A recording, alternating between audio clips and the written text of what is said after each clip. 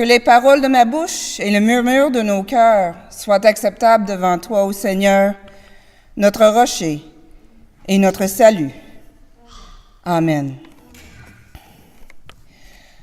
J'ai souri en lisant les textes bibliques choisis par Richard pour notre célébration d'aujourd'hui. D'abord parce que ces extraits reflètent bien ce que je connais de Richard. Et j'ai aussi souri parce que je me suis dit, c'est fort probablement la première fois que quelqu'un choisisse ces extraits pour souligner une profession de foi et son adhésion, particulièrement son adhésion à une paroisse protestante. Et là, je pense tout spécialement à l'extrait de l'Épître de Jacques. Martin Luther, que l'histoire retient comme le déclencheur de la réforme protestante, appelait la lettre de Jacques l'Épître de paille, car, disait-il, elle n'a rien d'évangélique, ou rien, il n'y a pas de bonne nouvelle là-dedans. Pour lui, c'était en contradiction directe avec la justification par la foi, c'est-à-dire notre confiance en Dieu. C'est tout ce dont nous avons besoin pour être sauvés. Pour Luther, la bonne nouvelle se résumait à cette justification par la foi. Pas de bonne nouvelle là où on a besoin d'œuvres. Luther aurait même voulu retirer cette lettre du canon. Et pourtant, dans l'extrait de l'Évangile de Luc, que Pierre vient de nous lire, comme ailleurs dans la Bible, on voit bien que une foi vivante est une foi porteuse de fruits. Une foi qui transforme le monde. Un geste solidaire à la fois. Ce ne sont pas nos œuvres qui nous justifient, qui alignent nos vies sur la volonté de Dieu. Nos œuvres sont le fruit de notre conversion. Ce changement de cœur qui change ensuite notre orientation dans la vie, le chemin que nous suivons, parfois pour nous faire des 180 degrés. Nos œuvres sont le fruit de cette conversion. Un don gratuit de Dieu. Transformés par l'amour de Dieu à l'œuvre dans nos cœurs, nous devenons des agents et agentes de transformation à notre tour.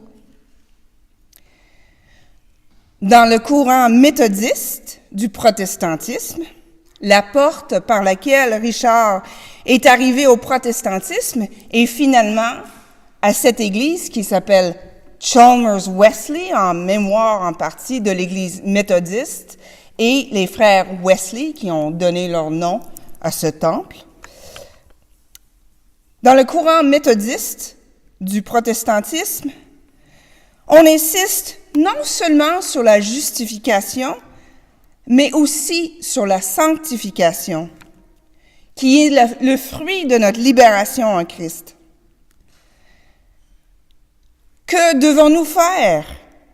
Non pas pour être sauvés, mais parce que nous sommes sauvés par la grâce de Dieu.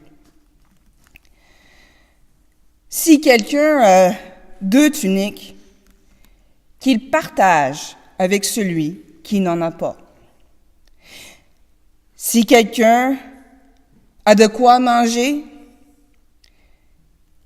qu'il fasse de même, qu'il partage. N'exigez rien de plus que ce qui vous est réellement dû. En d'autres mots, partagez. Partagez ce que vous avez. Soyez utiles à la collectivité pour reprendre le testament spirituel de notre chère sœur Françoise, Dieu et son âme. Lors de l'une de nos toutes premières conversations, Richard a exprimé son désir d'être utile à sa communauté de foi. Il voulait contribuer à son rayonnement, sa vitalité, sa mission et son ministère dans la grande région de Québec. Être utile, transformer le monde, en donnant une chemise, en partageant sa nourriture, en refusant de prendre plus que notre part des richesses de ce monde. C'est si simple et si complexe à la fois.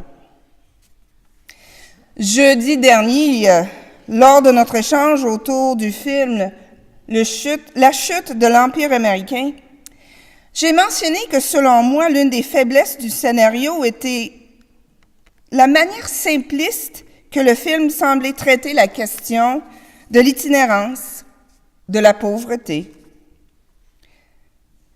Donner un appartement à un itinérant, il sera heureux. Donnez quelques pièces de monnaie à un quêteux et vous contribuez à résoudre le problème de la pauvreté.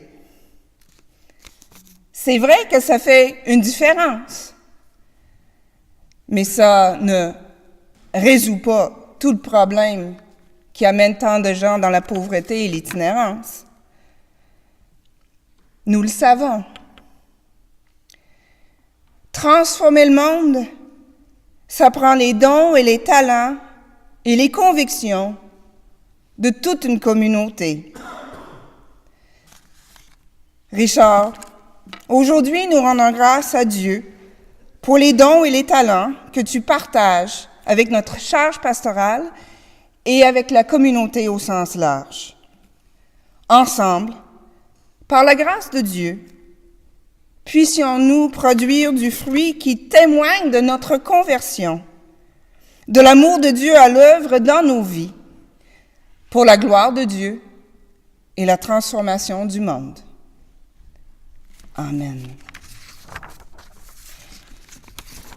Et j'invite maintenant Richard à venir faire sa profession de foi.